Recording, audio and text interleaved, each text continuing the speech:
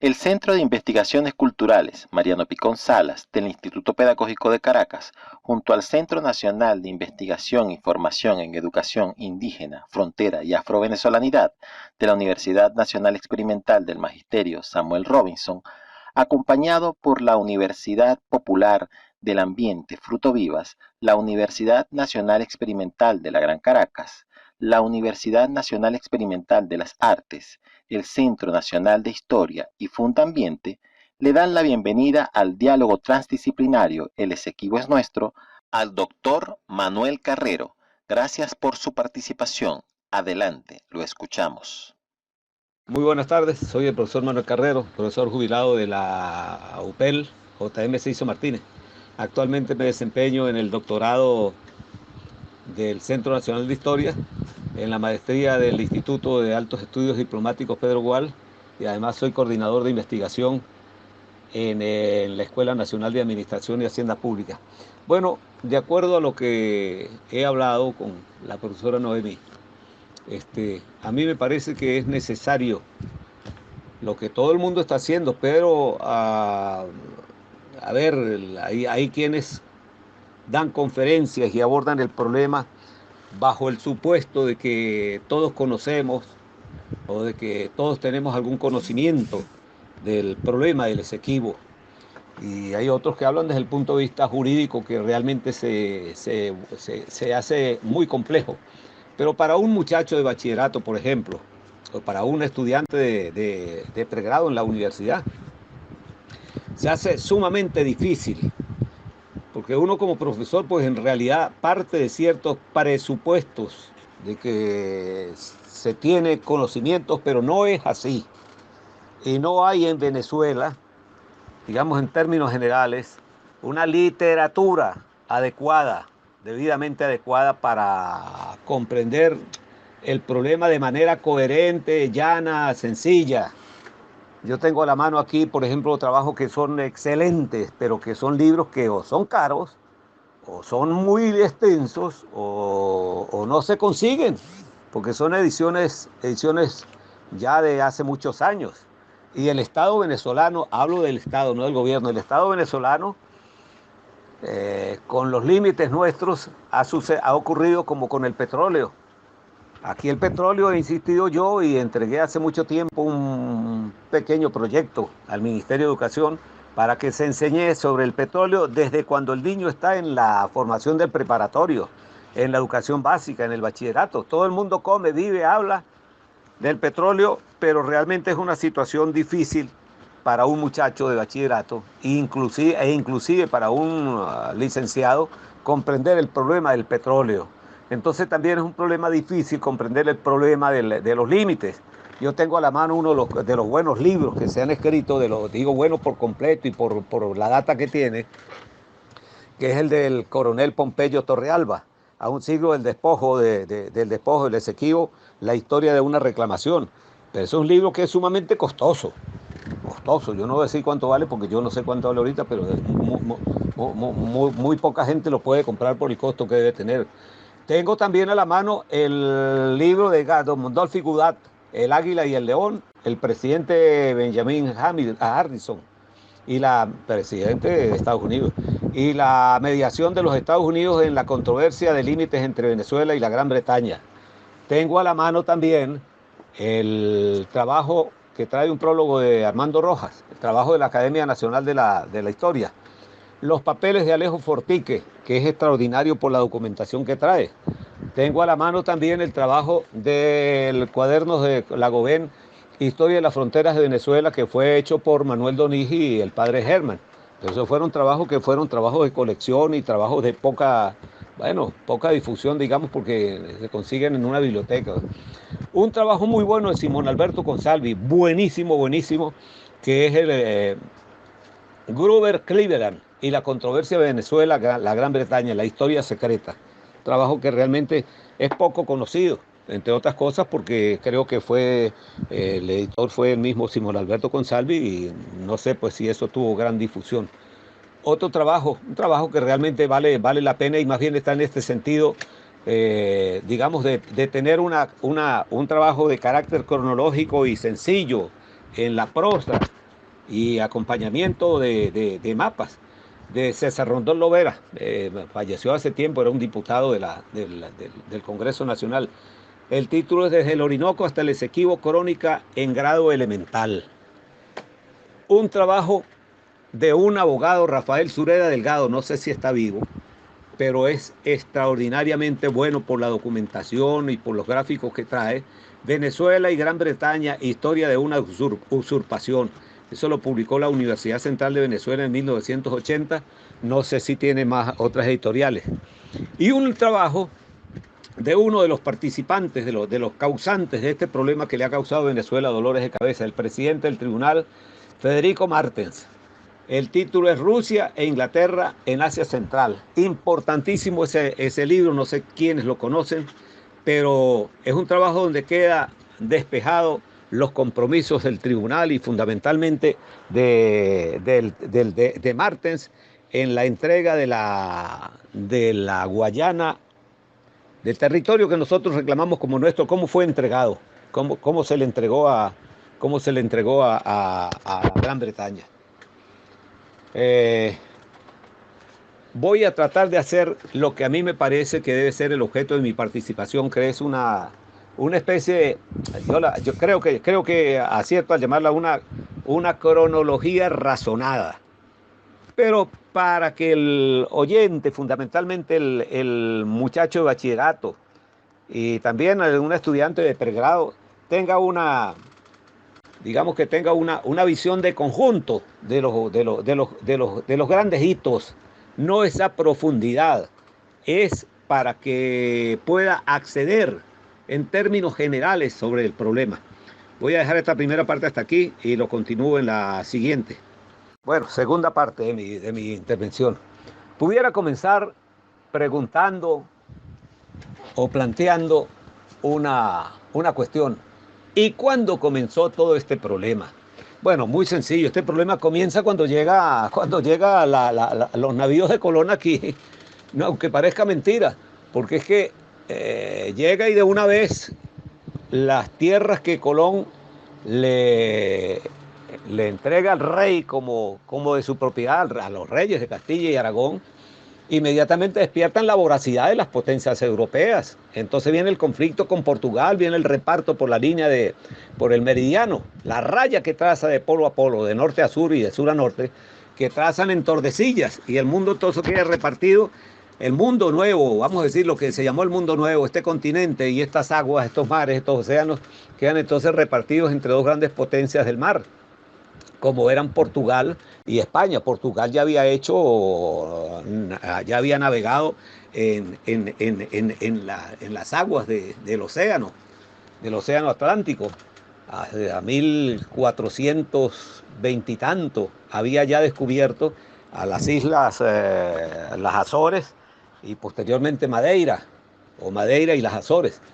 Y entonces en función de eso reclama que lo que España está planteando que es de ella, ya ellos habían recorrido, habían bajado por las costas de África, habían estado en algunas costas del continente africano y total que reclamaban, así que apelan a la autoridad del Papa, porque eran estados de alguna manera de religión cristiana y vinculados al papado, vinculados al Vaticano. Y entonces el Papa asume por lo que se llamaba, y se llama todavía, principios regalistas. Los principios regalistas eran una facultad que se arrogaban los papas para decidir sobre una cantidad de aspectos como la entrega de tierras a príncipes, a reyes, a nobles, que eran desde luego fieles defensores del catolicismo. Y entonces los reúne, digo, a los representantes de España y de Portugal. De España en ese momento no era una nación como la conocemos hoy. Era una cantidad de reinos que iba en un proceso largo de unificación de reinos. Y esa unificación se hacía pues como solía hacerse, por la vía de la guerra y por otras vías, como era casar a una princesa con un príncipe y el heredero, el hijo de estos dos, entonces era el príncipe de ambas tierras, de ambos territorios, en fin. Eran procesos largos, pero era así. De tal manera que entonces a Fernando Fernando II de Aragón y Isabel I de Castilla van cumpliendo un proceso largo que le ha tocado a España.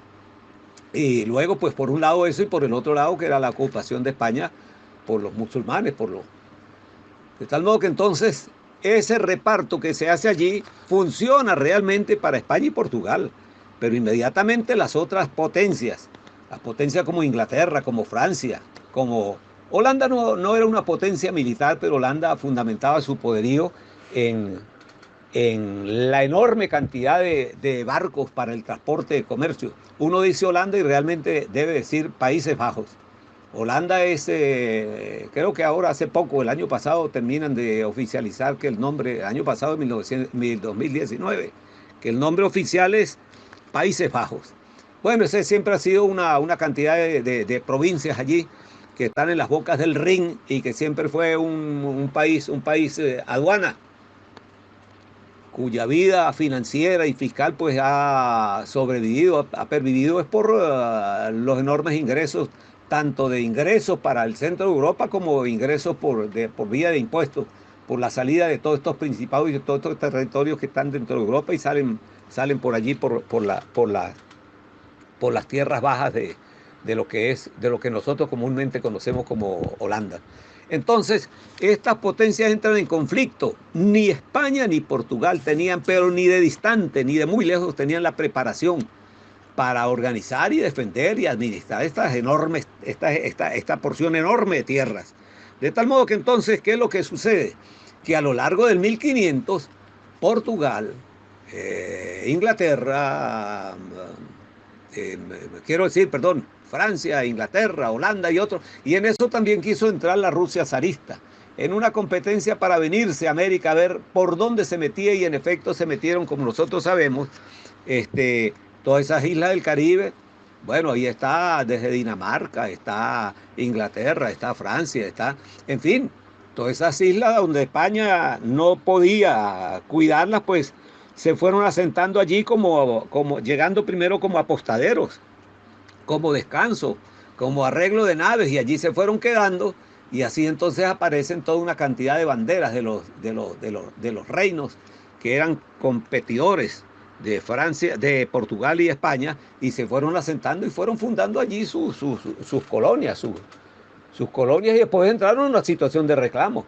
Así nosotros tenemos un primer tiempo de apropiación por parte de Inglaterra, por parte de Francia y por parte de Holanda del Caribe insular. Así encontramos nosotros que tenemos que conocer cómo es que Aruba, Curazao y Bonaire, que están ahí a 10 minutos de las costas de Falcón, eso es territorio holandés, aunque le pongan ahora unos subterfugios ahí de que tienen ciertas libertades. No. ¿Cómo es que Inglaterra es propietaria de islas que están en el Caribe, aquí a media hora de Venezuela? ¿O cómo es que, bueno, Trinidad era española y por tanto formó parte de la Capitanía General de Venezuela desde 1777? Se perdió en el año 97. ¿Por qué? Por arreglos de España con Inglaterra, porque así era como se resolvían los grandes problemas de las potencias.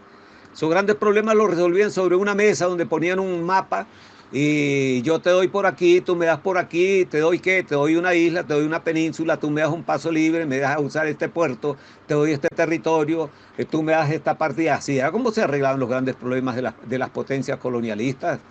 De tal modo que entonces todo ese frente oriental que nosotros tenemos de islas, donde está Inglaterra, Francia, Dinamarca, etcétera, pues eso fue producto de la violencia, de la fuerza, de lo que han hecho y lo siguen haciendo hoy día. De tal modo que entonces esos problemas nuestros no eran nuestros, eso los trajo Europa, eso los trajo el poder colonial, el poder imperial. Y esto es necesario que los muchachos lo sepan, para tener conocimiento de dónde vienen esos grandes problemas nuestros. Pero concretamente, ¿de dónde viene el problema del Esequibo? ¿Cómo se puede entender esto? Bueno, miren, cuando Carlos I, ya comenzando el 1500, avanzadito, pues la primera parte del 1500, Carlos I de España, que es el mismo Carlos V del Imperio Sacro, hermano, asume el trono de España. Él no había nacido en España, él había nacido en Bélgica, en Gante. Pero por eso que acabamos de decir hace un rato, pues cuando una corona quedaba libre, empezaban entonces aquellos estira y encoge entre los decisores de a quién le tocaba si no había un heredero legítimo, es decir, un príncipe, hijo de la reina y el rey que se sabía que ya era el príncipe heredero. Cuando no existía esto, cuando no existía este príncipe o la princesa, entonces buscaban a ver quién era el sobrino, quién era el nieto, quién era, y entonces venían elecciones y venían, y ahí votaban los príncipes y votaban los cardenales y votaban los obispos y aquello se volvía una cosa, pero realmente que uno la ve hoy con desprecio, con desprecio. Y entonces se formaron aquellas casas reales de los Austria, de los Habsburgo, en fin, pues de esas cosas que ya son realmente hasta molestosas en un tiempo moderno de 200, 300, 500 años después y todavía estamos oyendo y hablando de estas cosas que son propias ya de anaqueles, de archivos. Pues entonces resulta que Carlos I llega a asumir el trono de España. Sería interesante decir cómo es que, bueno, por toda la vía de herencia de Juana la Loca, pero se nos va el tiempo y lo que quiero es llegar a otras cosas. Entonces, él hereda el trono de España y las provincias unidas de los Países Bajos también las hereda. Pero en el caso de España, él reina con más o menos inestabilidad y situaciones, pero en el caso de las provincias unidas de los Países Bajos, allí no tuvo nada de paz. Allí fueron guerras y fueron situaciones realmente en las que tuvo que, bueno, pugnar. Eso fueron 20, 30, 40, 50, 80 años de guerra. Cuando decimos 80 años de guerra, fueron 80 años de guerra permanente. Pero no solamente de España contra Holanda, era que eso era la vida cotidiana de Europa, eran los tronos, los reyes, los príncipes, las princesas, las reinas, peleándose, peleándose. Podemos imaginarnos cómo eran esas guerras. No existía una ametralladora, ni existía la fusilería de hoy, ni el armamento de hoy, no, esas eran guerras realmente bueno, terribles son todas las guerras, pero aquellas eran cosas realmente repugnantes. Entonces, en esas matazones, y esas matazones de unos contra otros y otros contra otros, repito, no solamente de España contra los Países Bajos, entonces acuerdan reunirse.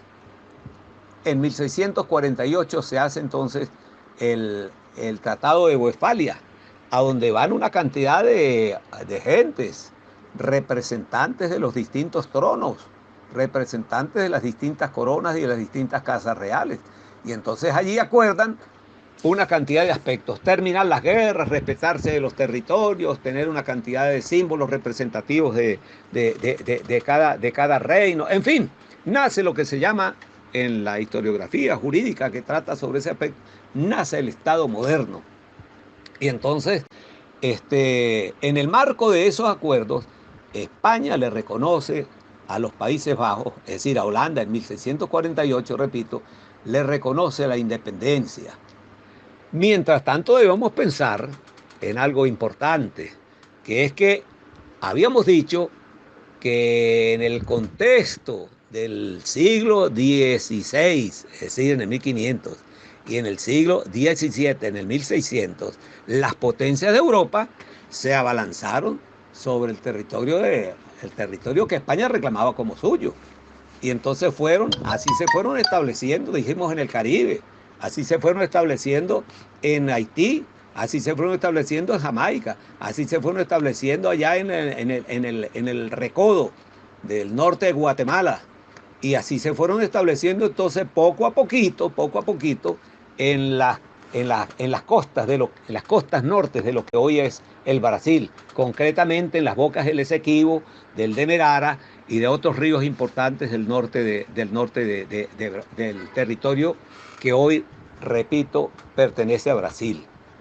De modo tal que entonces nosotros tenemos a la vista ya un escenario de que esos conflictos, repito, como ya dijimos anteriormente, no son nuestros, sino que son problemas de las potencias europeas, problemas del occidente, fundamentalmente el mundo, de eso que se llama el mundo civilizado de Europa, que quiere darle lecciones al mundo de América, al mundo de Asia, al mundo de África, y que han sido criminales, asesinos, genocidas, han sido destructores del proceso civilizatorio. No les ha importado sino la riqueza y la explotación y todo lo que se llevaron de América, pero por miles, por miles, por miles de kilos de plata y oro, pero eso forma parte de otro tema que podemos discutirlo probablemente en otra ocasión. Bueno, continuando con esto, vamos a ver, ¿de dónde viene el problema del Esequibo? Bueno, miren, ya tenemos dicho que el siglo XVI, es decir, el 1500, es un problema permanente para España por lo que atañe a la competencia, a la rivalidad con otras potencias de Europa. Y entonces cada uno quiere tener su tajada y por esa vía, entonces que se apropian, dijimos, de ese rosario de islas del oriente caribeño. Y así llegan a Jamaica, y así llegan a Haití, y así llegan decíamos, al codo allá al norte de Guatemala. Y así llegan aquí a las costas de costas venezolanas, pero ahí al lado del territorio del estado Falcón. Entonces así es como están las islas A, B, C, Aruba, Bonaire, Curazao, que son de una corona que está a miles y a miles de kilómetros que nada tiene que ver con Venezuela y por otras vías parecidas. Entonces es que Trinidad, que está aquí a unos cuantos kilómetros, tanto que se va en lancha y se viene en lancha, que bueno, eso se perdió para Venezuela. Entonces en el tercer viaje, en 1498, cuando Colón viene en el tercer viaje, aunque hay algunos autores que plantean otras cosas, que fue en el segundo, cuando Colón estuvo en tierras de lo que va a ser nuestra nación, nuestra República de Venezuela. En el 1498 vino a esta parte oriental y navegó alrededor de la isla de Trinidad. Precisamente el nombre se lo pone Colón porque tiene tres grandes puntas. Y entonces le pone 1, 2, 3, la isla de Trinidad. Esas eran expediciones que traían numerosos barcos. No eran o que cada venía 1, 2 o 3 barquitos, no, venían varios. Varios podían ser 9, 10, 12, 15 barcos. Una de esas escuadras, es decir, un grupo de barcos, lo mandaba el hijo de Colón, Diego de Colón. Y Diego de Colón va a hacer algunas exploraciones hacia el sur de la boca del Orinoco. Y entonces en eso, uno de sus lugartenientes, llamado Juan de Esquivel, ve los salientes de agua dulce del Esequibo y lo bordeó. Entonces él da noticia de esto y de allí le viene el nombre de Esequibo, porque ese nombre de Esequibo va a quedar ya registrado en algunos documentos y mapas, y desde Alonso de Ojeda posteriormente, entonces van a hablar de los límites, de las tierras, de las referencias, y este es el río de Esquivel, y de allí le viene el nombre de Esequibo, el río de Esquivel, de Juan de Esquivel. De tal modo que entonces, este es un dato ligero, pues, pero importante, saber de dónde viene el nombre de Esequibo. Esas tierras, como dijimos, son demasiado para lo que España tenía de problema en América, no digamos de los problemas que tenía en la propia Europa. De tal manera que entonces estas tierras van a empezar a ser descansaderos, aliviaderos de naves inglesas y de naves holandesas. Holanda siempre dedicada al comercio. Y allí se fueron estableciendo y fueron penetrando, no siempre con facilidad, porque los habitantes, los pobladores originarios, pues defendían esas tierras. Lo cierto es que fueron metiéndose por los cursos del Esequibo y del Demerara y de otros ríos que están allí al norte del Berbice, que están allí al norte de lo que es hoy Brasil. Así que entonces se fueron estableciendo. Repito que cuando España le da la independencia en 1648, le reconoce la independencia a Holanda, a los Países Bajos, Entonces, España en mapas que traza a lo largo del 1600 y el 1700 establece el reconocimiento para las provincias de los Países Bajos que el territorio que le pertenece a ellos es al lado derecho, desde el Esequibo, el de Merara, el Berbice y más allá. Pero del Esequibo a la izquierda, es decir, hacia la provincia de Guayana y inicialmente provincia de, de Nueva Andalucía, es decir, el lado izquierdo mirando de sur a norte, ese territorio siempre quedó en los mapas y en los documentos como un territorio totalmente de España y de la provincia, de esta provincia del oriente venezolano nuestro, de Guayana y de la Nueva Andalucía. De tal modo que ahí no queda ninguna duda, ahí no queda ninguna duda. De manera que entonces el problema comienza cuando en esas mismas resoluciones de conflictos entre las potencias europeas, cuando Inglaterra negocia por distintas razones con Holanda, los problemas que tenían allá, y esos problemas, repito, se deciden repartiendo un río en África, una península en África, un territorio en América, una isla en Asia, un territorio en la India. Bueno, así era como se repartían nuestros territorios. Yo estoy hablando esto sobre todo para que los muchachos que son de bachillerato entiendan, porque se les dificulta, entiendan que muchísimos de los problemas nuestros no han sido nunca nuestros. A nosotros nos trajeron desde la viruela y una cantidad de enfermedades de distintos tipos. Nos los trajeron los europeos y padecemos esos problemas hoy. Estos eran pueblos que tenían una naturaleza muy distinta, muy diferente. Eran pueblos fraternales. Los españoles, muchos españoles, ingleses, en sus documentos dicen que eran violentos, porque respondían a los ataques de los colonizadores. Entonces no quería que aquí fueran, como todavía son algunos, sumisos ante los poderes imperiales. No, aquellos eran pueblos que eran sumamente pacíficos. Pero siguiendo con esto, entonces, habíamos dicho que España le reconoció a Holanda estos territorios, de tal manera que entonces, avanzando un poquito, tenemos que para el comienzo del 1700, nosotros nos encontramos que, bueno, en ese territorio, perdón, esa parte que España le reconoce a Holanda, queda allí, queda allí. Queda allí siendo de Holanda, pero Holanda no termina nunca de colonizar aquello, ni puede penetrar el río hacia la parte más alta, hacia los nacientes, porque, bueno, por distintas razones, por la misma naturaleza, por la topografía, por la bravura de los naturales de allí. Entonces, ese río se lo van a repartir posteriormente entre comerciantes holandeses, comerciantes ingleses, el dominio, digo, no la propiedad, la propiedad de esos territorios como tal. ¿Y por qué? Bueno, porque allí se cultivaba caña de azúcar, se cultivaba algodón, allí se seleccionaban maderas que eran finas para lo que en Europa se necesitaban, se conocía ya de algunos minerales. Y entonces Europa va a recibir no solamente de lo que se lleva España, sino de lo que logra llevarse Francia, Holanda, Inglaterra, etcétera. Y estos son territorios que se convierten en objetivo de todas estas potencias. Bueno, de modo que ya para finales del 1700, todos sabemos que en 1777 el rey Carlos III de España entonces decide agrupar las provincias de Venezuela y entonces se organiza la Capitanía General de Venezuela, que va a ser, digamos, un paso fundamental en la constitución de lo que va a ser la República de Venezuela posteriormente. Se centralizan una cantidad de aspectos de la vida política, de la vida comercial, de la vida, de la vida militar, etc.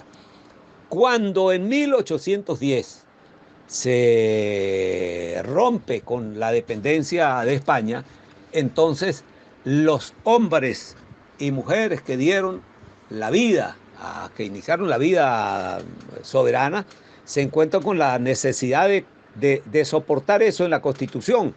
Para el momento, las constituciones que existían eran fundamentalmente la de Francia y la de Estados Unidos, o mejor dicho, la de Estados Unidos y la de Francia. En ninguna de estas dos constituciones aparece de una manera claramente definida, diciendo cuál es el territorio. Me imagino yo que en el caso de los Estados Unidos, porque ya tenían una vocación clara de terrofagia, de avanzar como lo mostraron. Para este momento era una franja relativamente pequeña que se volcaba hacia el Atlántico, pero un siglo después va a ser todo esto a llegar hasta el Pacífico.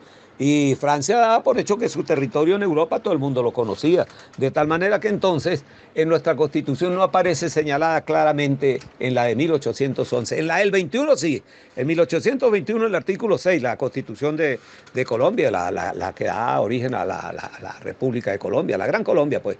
El artículo 6 establece que el territorio de Colombia era el mismo del antiguo virreinato de la Nueva Granada y la República de la República, perdón, y de la Capitanía General de Venezuela. Entonces, los mapas y los documentos diversos, no solamente del tiempo republicano, sino el tiempo en que fuimos colonia, así lo evidencian. De manera tal que entonces lo que resuelven Gran Bretaña y Holanda en 1814, cuando se hace el tratado de Londres, en 1814, es repartirse una cantidad de tierras, de penínsulas, de islas, de ríos, de territorios, de beneficios. Es una cosa realmente grosera lo que hacían los poderes coloniales. Finalmente, Holanda le cede al lado derecho del Esequibo, le cede a Gran Bretaña lo que posteriormente se va a conocer como la Guayana inglesa, unos 37.000 kilómetros.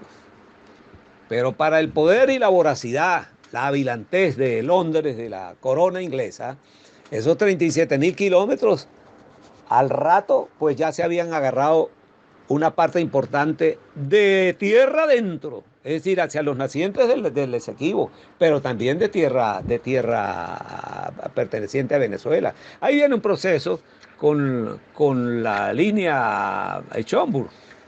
Este fue verdaderamente un explorador, un tipo de estos que mandaban ahí a investigar qué tanto había de flora, de fauna, las condiciones de los habitantes, etcétera. Y eso merece, la línea Schomburg realmente merece nada más que una intervención para saber quién era Schomburg y cómo es que llega a penetrar tan profundo en territorio venezolano, en territorio de la República de Venezuela. Ese territorio empieza a ser, esas violaciones al territorio de Venezuela empiezan a ser protestadas desde temprano, el Libertador y Pedro Gual hacen protestas formales y luego se empiezan a formalizar ante la misma corona inglesa. Esto lleva primero a una sordera, por un lado de una sordera de Londres, ante los reclamos de Venezuela, y por otro lado el avance progresivo hacia el lado izquierdo del Esequibo, a tal punto que llegan prácticamente a los linderos de Ciudad Bolívar. Esto realmente fue visto con bastante preocupación por Venezuela, pero por aquella Venezuela que no salía de una guerra cuando había entrado en otra. Entonces no había digamos que no disponía el Estado venezolano de gente que supiera de estos problemas, que se ocupara de estos problemas. Y los mismos gobernantes no estaban, digamos, no era la primera prioridad. Así que entonces, pero esto no invalida la propiedad de Venezuela sobre estos territorios. Y así se va adelante hasta que en 1886 el general Guzmán Blanco le plantea a Inglaterra, envía, mire, esto es poco conocido, envía al ministro de Relaciones Exteriores a Londres para que vaya a reclamar esta situación. Y le dice que el gobierno, le da explicación, le da instrucciones a su ministro de Relaciones Exteriores para que le diga al gobierno de Londres que el gobierno, es decir, que el gobierno de Su Majestad había declarado que el territorio comprendido entre los límites de Schomburg le pertenecían a la Guayana Británica, y eso fue visto en Inglaterra como que era como que era ah, un reclamo a que no se le podía hacer a la corona. Ese ministro que era Diego Bautista Urbaneja fue realmente hasta despojado de su pasaporte. Lo sacaron de Londres, lo sacaron de Inglaterra. Entonces Guzmán Blanco rompió relaciones con Inglaterra y en esa situación pues apeló al poder de los Estados Unidos bajo la premisa de que de la doctrina Monroe, quizás con un poco de ingenuidad y con un poco de confianza. Los Estados Unidos no eran una potencia colonial en ese tiempo, ni eran una potencia militar, era un país respetable, tan respetable que tenía fábricas de armas y que tenía realmente ya una presencia y una organización interna respetable. Y habían declarado desde el año 23 lo que nosotros sabemos de la doctrina Monroe. Para entonces, el presidente de Estados Unidos era Grover Cleveland, que cumplió su primer mandato y fue reelecto en el año 93. Entonces, el presidente Cleveland, que no es que eran buenos con nosotros ni nos iban a hacer un favor, declara al presidente Cleveland, le envía al gobierno inglés un ultimátum. Visto la documentación, Guzmán cumplió una importantísima labor en esto de los reclamos ante el gobierno de Estados Unidos. Es poco conocido. Hay un trabajo de Armando Rojas y hay algunas notas importantes, fuentes, pues, que se pueden tener de Guzmán, pero eso es un punto, digamos que, un aspecto puntual. Bueno, el presidente Cleveland le manda una nota a Estados Unidos que para algunos estudiosos de ese aspecto, que voy a decir ahora, marca la partida de nacimiento de Estados Unidos como potencia cuando se atrevió a hablar a Inglaterra de esta manera.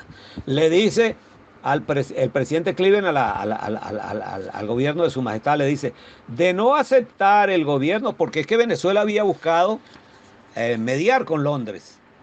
Le había planteado a través del Perú y de Brasil que se fuera a conversaciones y los ingleses dijeron que no.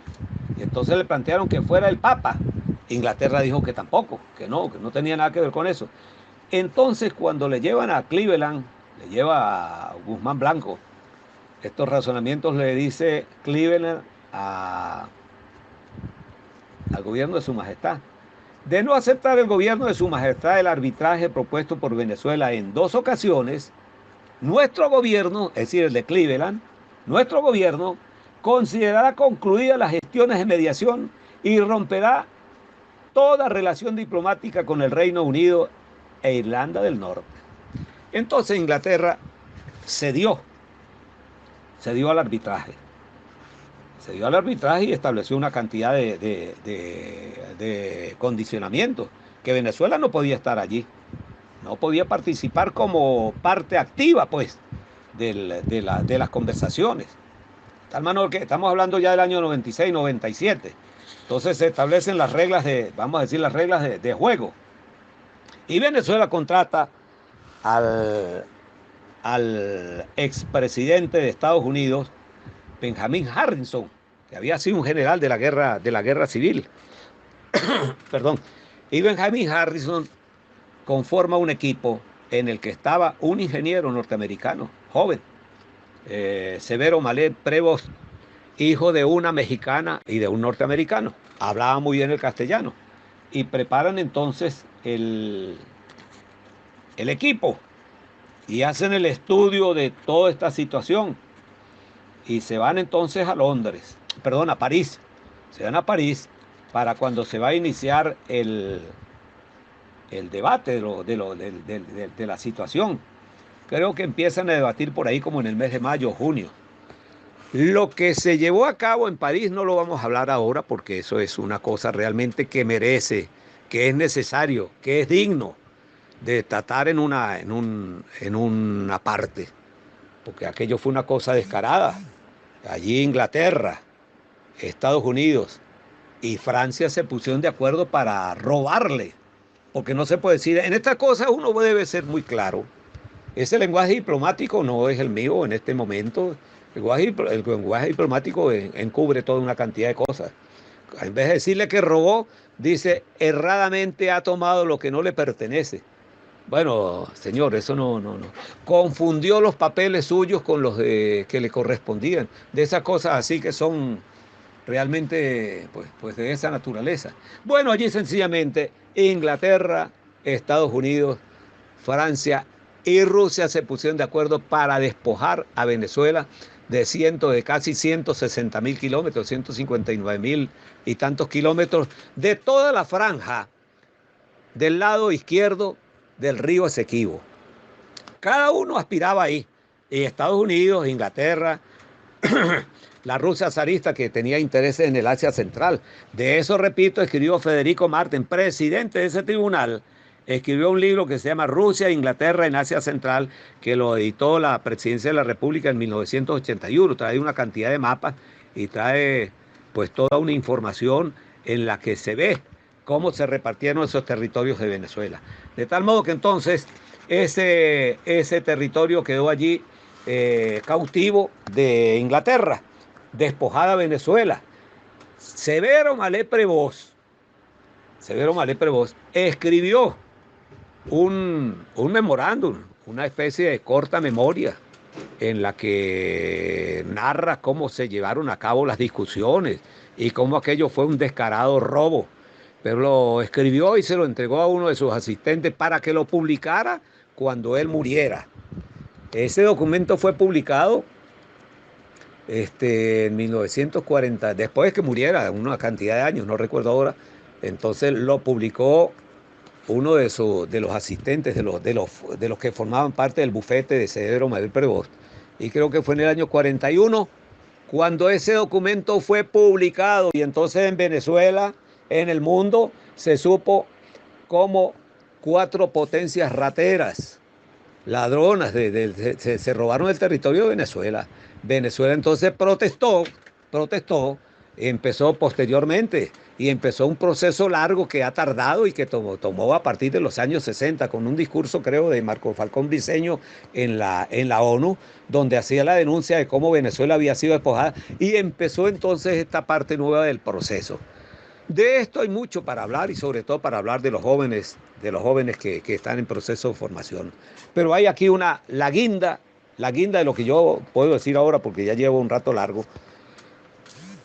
De esto todo es importante saber cómo hemos llegado al problema del Esequibo.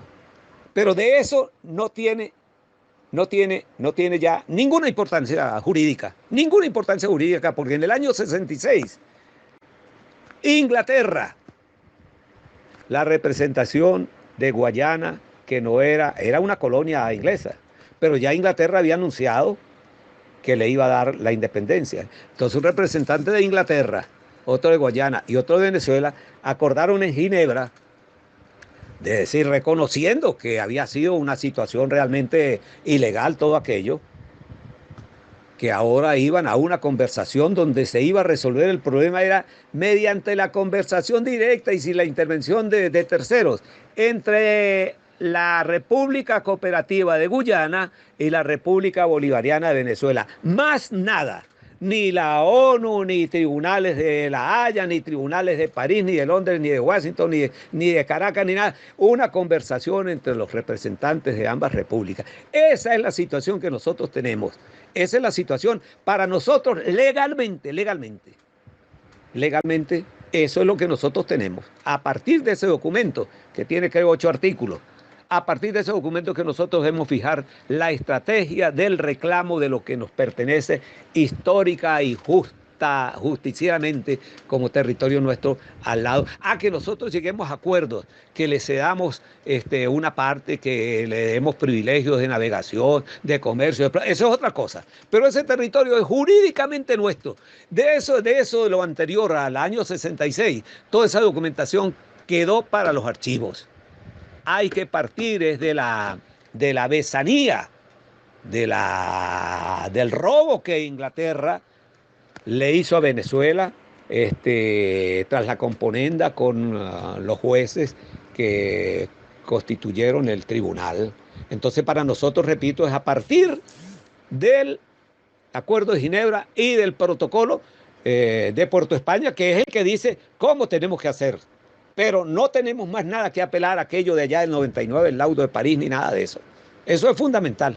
Quería decirles esto y reitero que hace falta para los jóvenes una especie de manual razonado, sencillo, en lenguaje que sea digerible, no que sean aquellos libros y documentos, expedientes que cualquiera los ve y dice, ah, bueno, déjenmelo por ahí para leerlos, y no se va a poner a leerlos porque eso es para un especialista, y la gente común y corriente se queda sin conocimiento. En la televisión, donde se pierde tanto tiempo, deberían 30 segundos, esto pasó así en tal tiempo, pero una serie, y los pasan todos los días, así como hacen con la propaganda de cualquier producto de consumo.